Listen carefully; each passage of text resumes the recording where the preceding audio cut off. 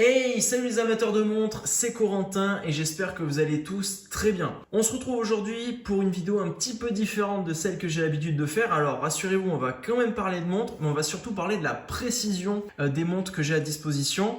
Pour ce faire, je vais utiliser un time grapher multifonction que je viens de recevoir. Il s'agit du Weishi numéro 1000. Alors je sais pas si ça se prononce comme ça, mais de toute façon vous allez le voir toute la vidéo puisque j'ai cet iPhone qui va filmer la scène de test. Ce qui est intéressant, je trouve, là-dedans, avec un time grapher, c'est qu'on peut vraiment voir plusieurs informations. On peut voir, bien entendu, le rythme de votre montre, sa précision en secondes par jour, en fonction des positions. Donc, vous pouvez vraiment la retourner. Ça, c'est vraiment très, très chouette. Et ça en dit beaucoup sur la qualité quand même du réglage, mais surtout aussi du mouvement. Vous pouvez vraiment voir un très bon mouvement. En général, il va très peu varier en fonction de sa position dans l'espace. Alors qu'un mouvement un petit peu moins bon, en général, il a tendance à avoir des grosses variations entre chacune de ses positions de test. Donc voilà, ça c'est intéressant parce qu'au final, un très bon mouvement peut être relativement mal réglé. Ça c'est notamment le cas par exemple des mouvements 8L35 chez Seiko qui sont pas bien réglés mais qui sont excellents en termes de variance entre les positions. Et puis vous pouvez aussi tester donc l'amplitude de votre mouvement. Alors l'amplitude, je vais pas rentrer dans les détails, c'est une valeur qui en gros doit être compris entre 200 et grand maximum, mais c'est quasiment impossible, 360 degrés. Plus la valeur baisse, ça veut dire que plus vous vous rapprochez d'une révision. Quand on est en dessous de 200, globalement, c'est qu'il faut commencer à s'inquiéter. Donc on va voir si mes montres supportent bien les contraintes que je leur mets, c'est-à-dire avec toutes les vibrations qu'elles prennent quand je suis en tracteur, avec des outils derrière. Moi j'aime beaucoup porter mes montres, même au boulot. Alors je fais attention bien sûr quand je fais de la mécanique, je la pose à côté, mais j'aime bien la porter ou l'avoir près de moi au boulot. Voilà, c'est un peu maladif, je sais, mais bon, on a tous nos problèmes à cause de ça. On peut tester aussi le bit error. Alors pareil, je rentre pas dans les détails. Et vous pouvez voir aussi évidemment la fréquence de votre mouvement, si c'est un 21600 ou un 28800 alternance. Donc voilà, moi je vais m'amuser, mais j'avais envie de le filmer. On va pouvoir tester toutes mes montres. Ça se trouve, on va avoir de grosses surprises. Certaines, je les ai pas testées à mon poignet depuis longtemps parce que oui, moi, pour faire les vidéos, évidemment, je vous donne une précision que j'ai, mais à mon poignet. Alors, ça va être très compliqué parce que j'ai toutes mes montres à côté de moi, là, vraiment. Il va falloir que je les remonte toutes et ensuite, une fois que je les aurai toutes remontées, je vais les faire passer à tour de rôle sur le time grapher. Alors, ça va être assez long. Donc, évidemment, il y aura des cuts. Mais en fait, si je veux d'abord toutes les remonter avant de faire passer la première sur le time grapher, c'est parce que j'ai envie qu'elle soit pas remontée à bloc au moment de passer sur le time grapher. Parce que généralement, le rythme n'est pas forcément parfait quand elle est vraiment remontée à fond de chez à fond. Je préfère attendre quelques minutes avant de la tester, qu'elle se stabilise bien. Donc, il y a à gauche l'outil pour porter les montres. Donc, vous l'écartez comme ça, vous faites passer la montre entre les deux et la mesure, je trouve qu'elle est exceptionnelle. Et puis, donc sur le time grapher, vous allez voir, je vais appuyer sur Start, ça va se calibrer et puis ça va être assez sympa.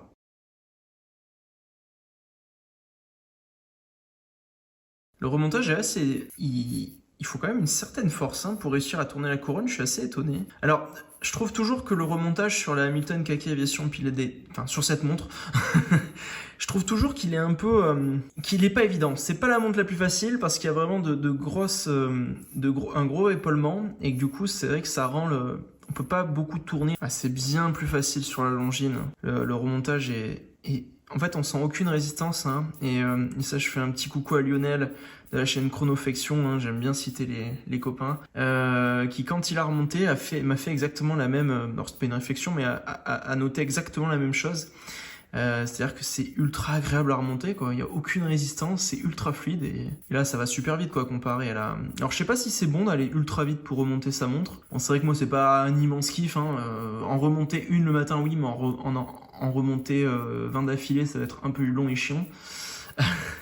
Alors sur un mouvement automatique, on peut remonter à fond, il n'y a pas de danger puisque de toute façon il y a un embrayage, vu que il faut bien que quand le rotor tourne, il faut bien que et qu'elle est remontée à fond, il faut bien que la puissance aille ailleurs. Alors il y a plus de résistance sur la Yema que sur la Longines, mais il y en a moins quand même que sur la Hamilton. Alors moi jamais je remonte mes montres à fond, je leur mets quelques tours et après c'est parti.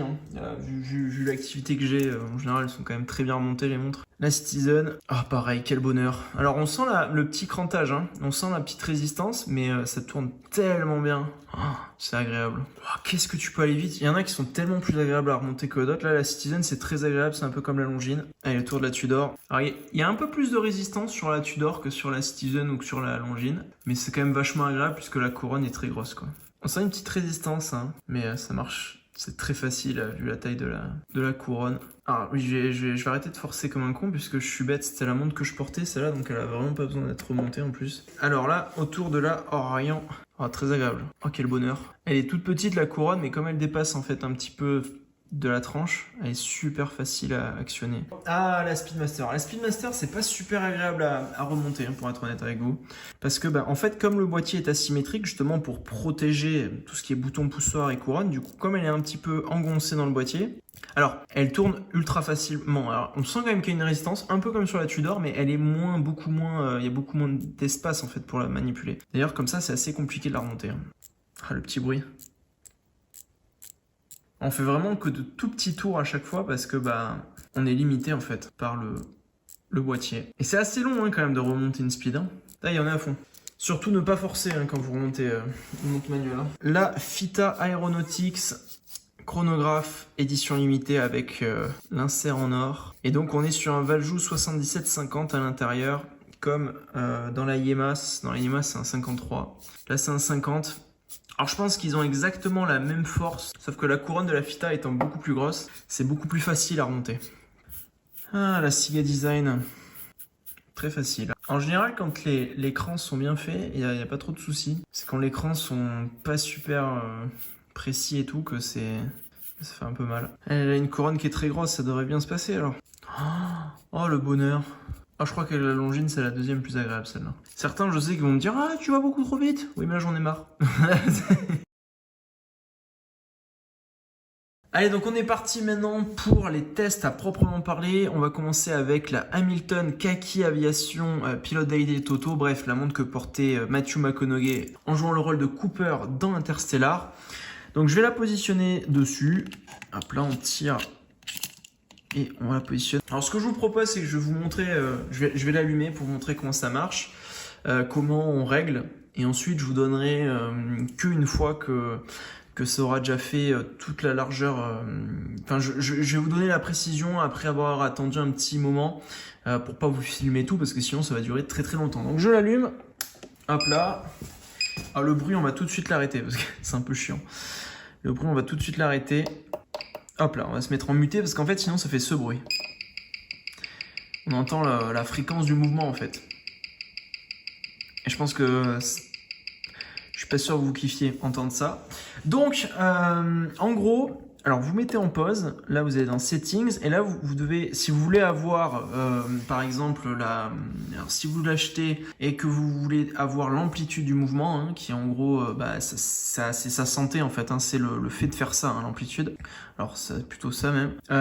Il faut avoir le lift angle. Lift angle, je sais pas exactement ce que c'est, mais il faut que ça soit bien réglé. Là sur la Hamilton, de ce que j'ai pu trouver, ça serait 50 degrés, mais pas de certitude sur ce mouvement. Et en plus, que ce soit Hamilton ou Tissot, enfin le Swatch Group communique assez peu sur les caractéristiques, etc. de ce mouvement. Donc voilà, on est plutôt pas mal. On va pouvoir relancer la machine et on va voir ce que ça va nous donner. Voilà, donc il y a plusieurs choses à dire.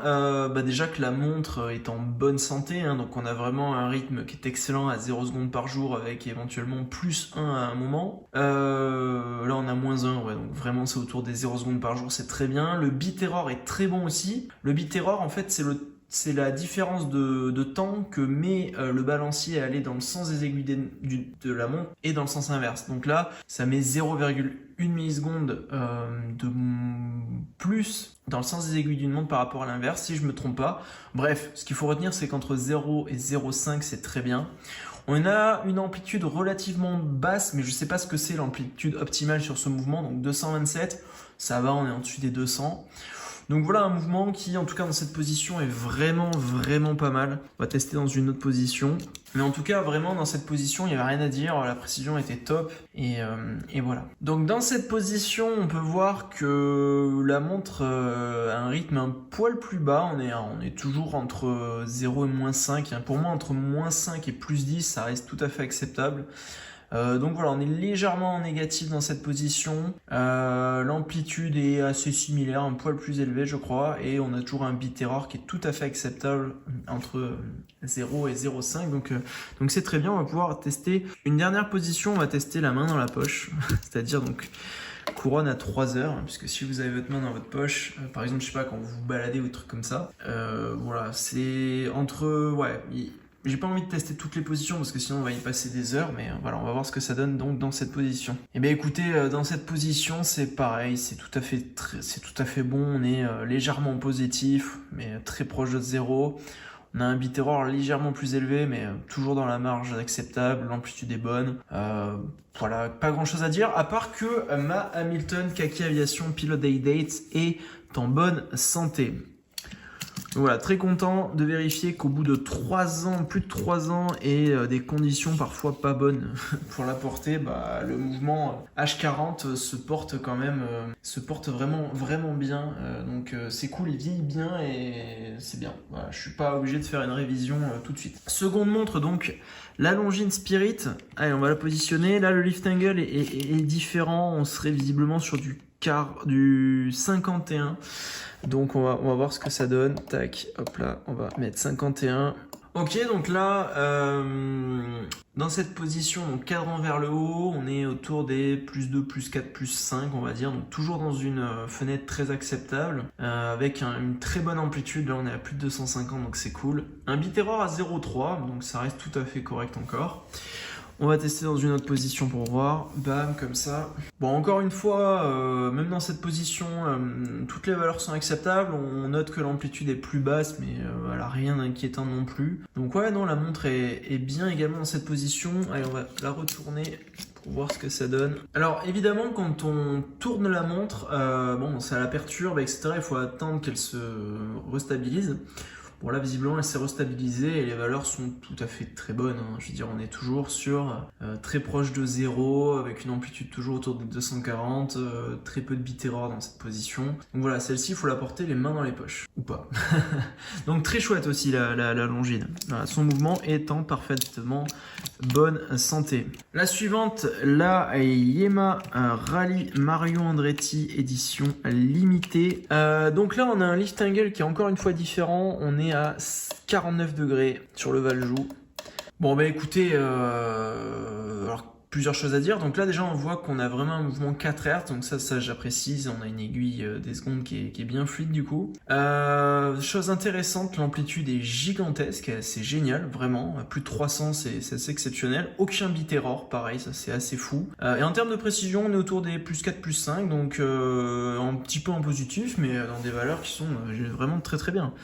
On va la tourner comme ça pour voir. Voilà, moi j'attends vraiment que ça fasse complètement, que ça balaye totalement l'écran avant de vous commenter ce que je vois. Ok, donc là c'est en train de se stabiliser. On peut voir que plus on attend, plus l'amplitude baisse. Mais jusqu'où va-t-elle baisser, ça on sait pas trop. En tout cas, on est clairement autour des 0 secondes encore une fois. Et alors plus on attend dans cette position, plus ça ralentit. Ça va se stabiliser, hein. Bon voilà, c'est très bien. On a un léger bit error dans cette position de 0,3, mais pareil, hein, dans des valeurs toujours acceptables. Donc c'est très chouette. On va faire le dernier test donc avec la couronne à 3 heures. Alors voilà, je pense que là ça s'est stabilisé, donc on a toujours une très bonne amplitude qui a un peu baissé par rapport à la position cadran vers le haut. Mais voilà, on est légèrement négatif, toujours proche de 0. Mais quand on compense avec l'autre qui était en positif, finalement ça fait une moyenne qui est très bonne. Non, vraiment aussi, bah, le mouvement Valjoux 77.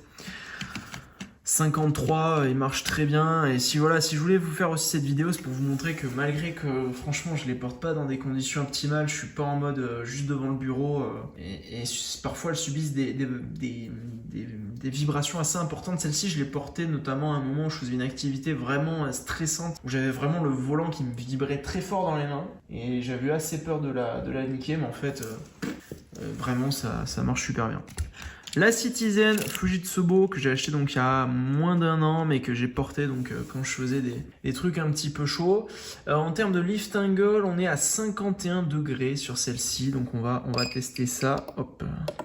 Donc le Miyota 9051, c'est un mouvement haut de gamme de chez Miyota. C'est vraiment le haut du panier des Miyota 9000. J'ai jamais vu de retour négatif sur ce mouvement en termes de précision pour le coup. Donc on va voir ce que ça donne. Donc là on peut voir 28 800 alternances. Ok, donc je pense que là ça s'est stabilisé, donc voilà, entre 0 et plus 1 seconde par jour de rythme, donc c'est excellent, quasiment pas de beat error, bonne amplitude. Non, franchement, nickel dans cette position, on va tester dans une autre. Ok, donc visiblement une précision légèrement négative, une amplitude qui a baissé, mais voilà, des paramètres tout à fait très bons également dans cette position. Je teste jamais, mais c'est vrai que si je fais des cadrans vers le bas, alors c'est vrai que cadran vers le bas, je vois pas trop quand est-ce que j'ai cadran vers le bas, mais bon, c'est un extrême, donc on va voir. Ok, donc toujours en positif, encore une fois. Alors on peut voir que quand on change l'orientation d'une montre, il faut attendre un petit moment avant que la lecture soit intéressante, mais toujours une bonne amplitude, pas de beat error, tout ça. Donc ouais, donc c'est très très bien. Et puis la dernière position donc avec donc la couronne à 3 heures, pardon la couronne à 6 heures du coup. Bon bah écoutez, ça a l'air plutôt bien, hein. Un beat error très acceptable, une amplitude qui est bonne, un rythme qui est excellent. Bon bah voilà, hein, encore une fois une montre qui fonctionne très très bien. Voilà, je pense pas qu'il y ait grand chose de plus à dire là-dessus. Miyota 9051, c'est l'un des meilleurs Miyota qui existent et effectivement il est vraiment très très très très précis. Enfin, en tout cas il est dans des tolérances tout à fait acceptables quoi. La Tudor Black Bay 58 Navy Blue qui est donc COSC comme la Longines Spirit. Alors visiblement le mouvement de la Black Bay 58 ça serait 49 en lift angle. Alors au poignet j'ai noté qu'elle était légèrement en négatif, enfin ou portée en tout cas, donc on va voir ce que ça donne dans les faits. Donc, normalement c'est une montre qui est certifiée COSC, qui est réglée en interne à -2 plus 4. Ah bah écoutez on va voir hein. Donc déjà le beat error il a l'air excellent à 0 millisecondes, l'amplitude est excellente avec plus de 300. Bon elle est assez récente, elle a 7 mois hein, mais ouais non c'est vraiment pas mal. Et elle serait légèrement en négatif hein, donc ça confirme ce que je vous disais. On va tester en inclinant un peu. Est-ce que ça va varier autant qu'avec le Miyota? Non, vous voyez déjà, hein, ça c'est intéressant aussi. Hein. Vous avez pu voir qu'il y a quand même certains mouvements qui, quand on les retourne, la précision met plus de temps à se restabiliser. Là, ça n'a pas énormément bougé, quoi. C'est toujours resté autour des 0, -1. Voilà, une amplitude qui a baissé dans cette position, mais un beat error qui est toujours absolument excellent. On va la tourner comme ça pour voir. Finalement, ça avait vachement perturbé le Miyota. Donc là, on perd en amplitude. On a toujours un beat error 0,1 quoi. C'est vraiment très très bon. La précision qui varie vraiment de que ah ça y est, non, l'amplitude s'est stabilisée. Donc toujours très bonne amplitude. Oh, la précision, elle bouge pas quoi. Voilà, là, ça confirme ce que je vous disais, on est quand même sur un mouvement de très bonne qualité, quoi. Ça bouge pas, ça reste stable, quelle que soit la position, ça me rassure un peu. On va attendre un poil que ça se stabilise, mais dans tous les cas, ça bouge pas énormément, quoi. Je veux dire, il n'y a pas eu un 22 qui s'est affiché comme sur le Miyota, où je me suis dit, putain merde, qu'est-ce que c'est que cette valeur? Mais forcément, même si c'est un Miyota 9000 haut de gamme sur la Fujitsubo, on reste sur une montre à 750 €. Là, on est quand même sur une montre à presque 4000 maintenant pour la 58. Donc voilà, -3 dans cette position, avec 260 d'amplitude. Bon, quand on fait le combo, quand on fait la moyenne de toutes les positions, ça reste très bon. Bon là, on a 0,2 de beat error. Bon, ça reste un mouvement qui varie très peu, même quand je la touche. Donc c'est quand même vraiment super d'avoir fait ces petites vérifications. Nickel, montre suivante. Alors là, la montre, je crois, la plus entrée de gamme que j'ai, on me l'avait offert à mon dernier anniversaire. Hop là, c'est la Orient Bambino. Donc là, on est vraiment sur le mouvement le plus entrée de gamme que j'ai. C'est difficile à trouver. J'ai l'impression que c'est 52 le lift angle sur le mouvement de la Bambino.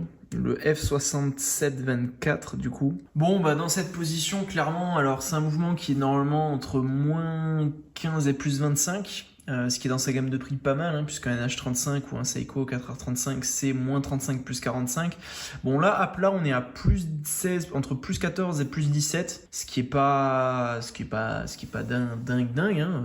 Bon ça se stabilise, ça ralentit un petit peu. Bon, alors c'est pas dingue, mais en termes d'amplitude, on est quand même à 253 avec 0,1 ms de bit-error. C'est pas mal. On peut voir que c'est un 21600 alternance. Ok. Si on change de position. Bon. Donc là, on a attendu que ça se stabilise. On a pu voir que vraiment, ça mettait un certain temps avant de se restabiliser. Là, dans cette position, c'est vraiment très très bon, hein. Alors, on a toujours une amplitude qui est relativement basse, hein, pour une montre qui a quand même que 6 mois. Donc, on va voir comment ça évoluera. Le bit-error est pas mal, hein. Et puis, le rythme est tout à fait correct, hein. Pour l'instant, on est entre 0 et 5 dans cette position, donc c'est pas mal. C'est quand même assez décevant de voir que ça varie autant, malheureusement, entre deux positions. On va voir comme ça avec le cadran vers le bas. Ouais, donc là, on retourne sur une précision, comme quand elle avait le cadran vers le haut. Là, avec le cadran vers le bas, c'est à peu près pareil. On a une bonne amplitude. Par contre, on a un rythme qui est quand même très élevé, quoi. Elle va trop vite. Même si plus 15, moi, je peux l'accepter, mais c'est pas terrible. C'est pas terrible. Et dernière position, on va voir comment elle se comporte. Ok, donc on est à entre plus 6 et plus 9, visiblement. Pas de bit-error, ça c'est très très bien.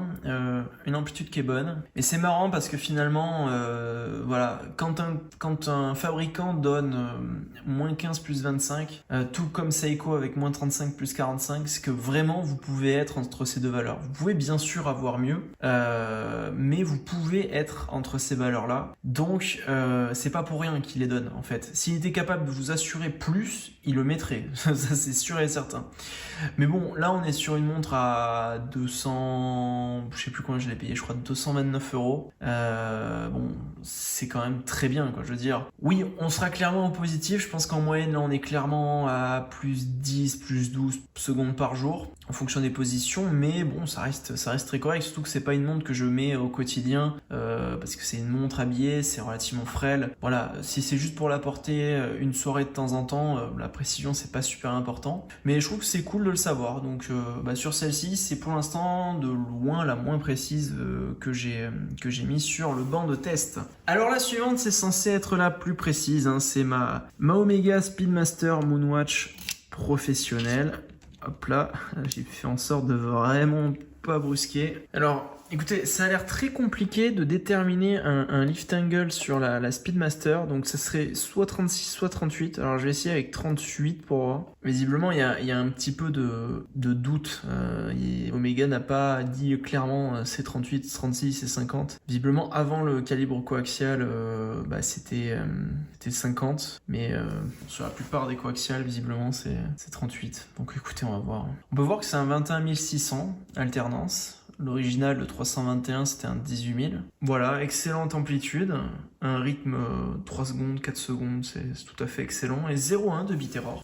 Alors j'ai le test Metas, je me rappelle plus exactement combien il y avait. Oh pardon, pourquoi je veux l'enlever? Faut pas que j'enlève. On va la mettre dans cette position. Alors dans tous les cas, c'est un mouvement qui doit être entre 0 et plus 5. Et là, on est encore une fois dans cette tranche-là. Là, on est plus proche de 0 encore, avec une amplitude qui a nettement baissé dans cette position-là. C'est toujours le cas, hein, de ce que je remarque à chaque fois qu'on a mis la montre dans cette position, l'amplitude a baissé par rapport à plat cadran vers le haut. Bit-error toujours le même, hein, donc c'est pas sorcier. On va mettre comme ça pour tester. Voilà, donc on est autour des plus 4 dans cette position. De toute façon, en moyenne, ça fait plus 2,7 d'après leur test. Après, ça a peut-être un petit peu évolué depuis que j'ai acheté, mais bon, ça m'étonnerait. Je l'ai porté surtout à des soirées, parfois bien alcoolisées. Donc peut-être qu'elle a pris des mouvements un peu brusques. Elle a pris une première rayure au mariage de l'ami remontre, mais bon. Bon voilà, en tout cas, quelle que soit la position, on est toujours à plus 3, plus 4, plus 1, on avait avec le cadran vers le bas, ok, plus 2. Bon voilà, c'est très très bien réglé, hein. De toute façon, Metas, c'est entre 0 et plus 5, donc c'est nickel. Donc toujours en très bonne santé le mouvement, avec un bit-error un peu élevé dans cette position, mais bon, c'est dans les tolérances, c'est dans les bonnes valeurs, hein, dans tous les cas. Montre suivante, et là, ouloulouloulou. Certains vont être intéressés par les résultats. On est sur une montre chinoise, mesdames et messieurs. Mais bon, il y a un mouvement suisse, donc c'est tout de suite moins Moins excitant, il s'agit donc de la Fita Aeronautics, donc avec l'insert en or et le Valjoux 7750. On est à 49, donc je mets en pause, bam, 49. Je pense que le moins 19 c'est clairement une erreur. Mais je pense que oui, entre 0 et plus 10, ça me paraît tout à fait correct. Parce que moi au poignet, je crois que j'avais fait plus 5 ou plus 6. Donc oui, ok. Voilà, plus 11. C'est bizarre ces petites variations comme ça. Mais ce que je trouve bizarre, c'est le trait là en bas. On va se faire dans une autre position pour voir ce que ça donne. Bon, ce qui me rassure dans tous les cas, c'est que l'amplitude est bonne, le bit error est bon également, et la précision a l'air tout à fait bonne aussi. Hein. Moins 2, ok. Bon, très bien, ça varie proche de 0. Moins 4, ok. 0, moins 1. Là, c'est là où ça avait été perturbé. Plus 1, ok, c'est nickel. Et dans la position, monte dans la poche. Moins 8. Ok, donc on est légèrement négatif visiblement dans cette position, mais ça reste des valeurs, une fois stabilisées, qui sont proches de 0 dans tous les cas. Donc, de toute façon, voilà, c'est un Valjoux 7750. C'est robuste, quoi. Je veux dire, c'est fiable, c'est robuste. On a le changement de date rapide sur celle-ci, alors qu'on l'a pas sur la Yema. Donc voilà, très bien. Mais c'est vrai que quand vous regardez le titane, la taille du fond de boîte, etc., peut-être que ça a un peu de mal à comprendre. La gravure sur le fond est magnifique. Sur l'insert en or aussi, enfin, j'aime beaucoup cette montre. Hein. De toute façon, j'ai dit que je la prenais à Romain, donc voilà, j'aime beaucoup cette montre. La qualité de fabrication est juste exceptionnelle. En titane grade 5, avec un insert en or à seulement 2500 €. C'est très très bien. Ok, je vais peut-être pas toutes les tester, parce que sinon ça risque de faire une vidéo très très longue. Je vais quand même mettre sur le Time Grapher la Siga Design, parce qu'elle a fait un périple jusqu'à...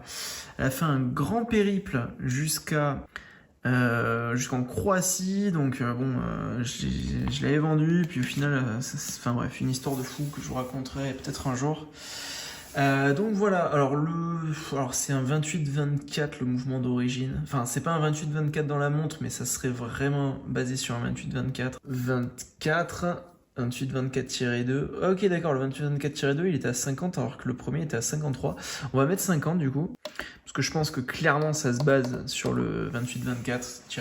Ok, donc on est clairement en positif dans cette position. Bon après, sur cette montre, ça n'a pas vraiment trop d'intérêt non plus, là, une précision extrême, parce qu'il n'y a pas d'indicateur des secondes en fait. Donc en tout cas, l'amplitude très bonne et bit error très bon aussi.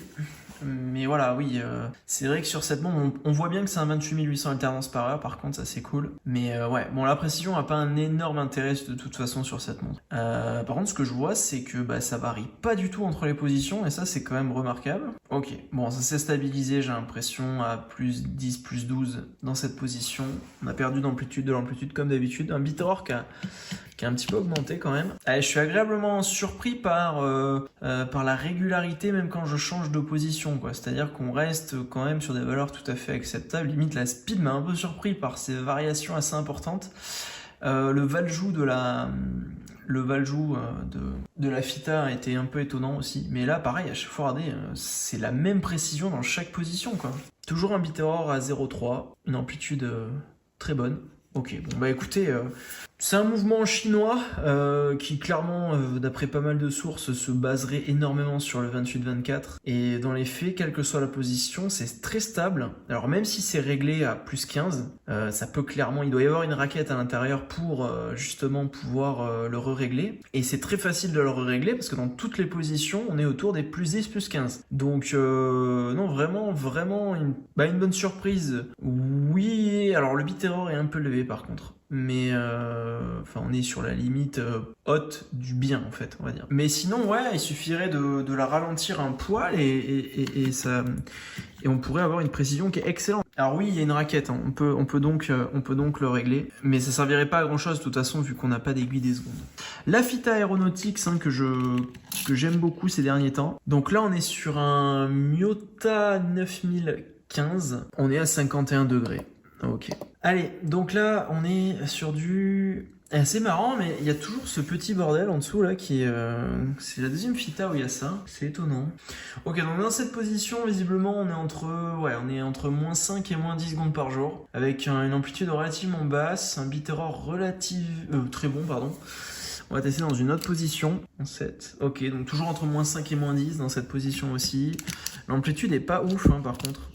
L'amplitude est pas ouf. Alors, on était à -5, -10. Là, on est à +10, +15 environ. Alors, ça se compense du coup, mais je suis pas sûr qu'on porte longtemps cette montre.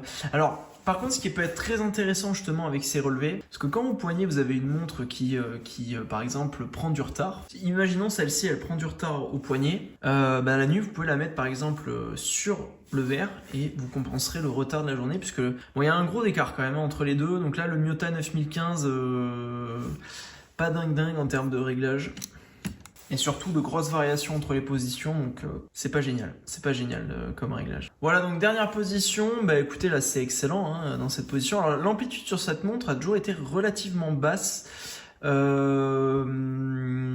est-ce que c'est un mouvement qui a été emboîté il y a assez longtemps ou qui a été fabriqué il y a assez longtemps, etc. Je sais pas. Ou est-ce que le Miyota est naturellement de base assez bas, mais quand je regarde par rapport au 9051 de ma Citizen, en tout cas sur le 9051 c'est pas le cas. Donc ouais, par contre là pas de bit error. Bon, c'est une montre qui, le 9015 pardon, qui a dans cette Fita Aeronautics, donc Mars Limited Edition. Il varie pas mal entre les positions, c'est pas super.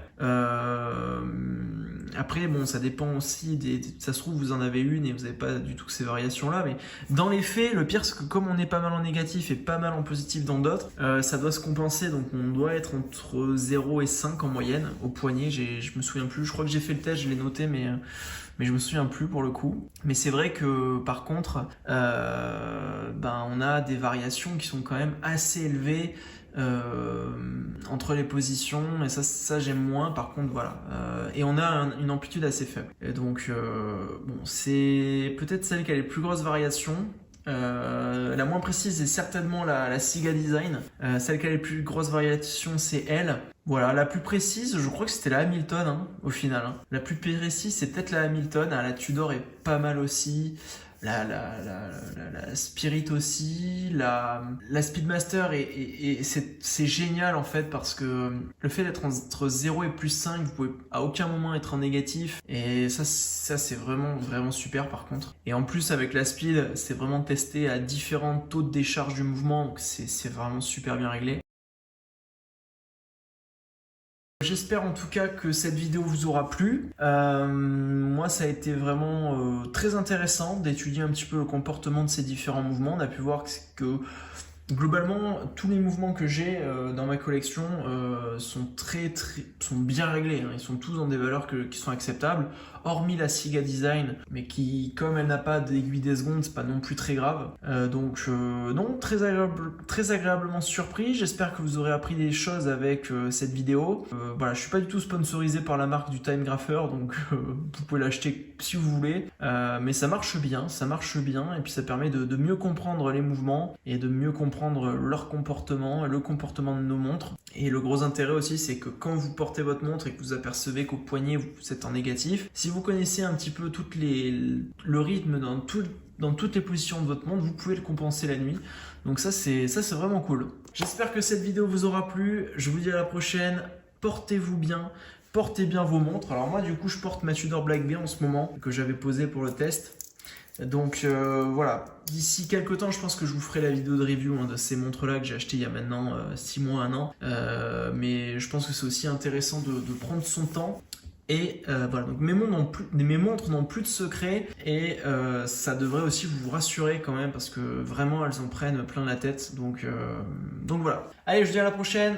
Ciao tout le monde.